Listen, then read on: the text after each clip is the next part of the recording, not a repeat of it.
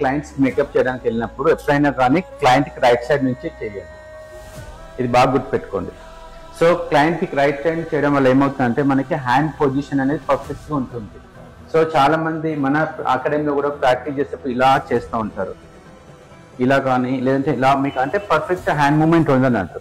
So చేసేటప్పుడు అన్ప్రొఫెషనల్గా ఇలా చేయకండి.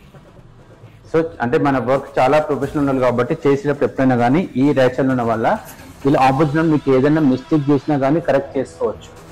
ఓకే, సో దాంతోపాటు లైనర్ రైట్ సైడ్ డ్రా చేసేటప్పుడు ఈ పొజిషన్ నుంచి డ్రా చేయండి, కరెక్ట్ వస్తుంది. సో లెఫ్ట్ నుంచి ఇక్కడ నుంచి చేయలేం కాబట్టి మనం కొంచెం ముందుకు వచ్చామనుకోండి, ఈ ఏదైతే డ్రా చేసిన ఐలైన్స్ దీన్ని చూసుకుంటూ డ్రా చేయొచ్చు. ఓకేనా. సో ఇంకొకటి ఏమవుతుందంటే ఇలా ఆపోజిట్ చేయడం వల్ల ఏదైనా మిస్టేక్స్ చేసిన ఒకవేళ మేబీ ఐబ్రోస్ లుక్ చేసినా కానీ కొంచెం అనీవెన్ ఉన్నా కానీ కరెక్ట్ చేసుకోవచ్చు. అలానే బ్లష్ కానీ ఫౌండేషన్స్ కానీ నోస్ కౌంటర్ ఏదైనా కానీ బాగా తెలుస్తుంది మనం ఫ్రంట్ నుంచి.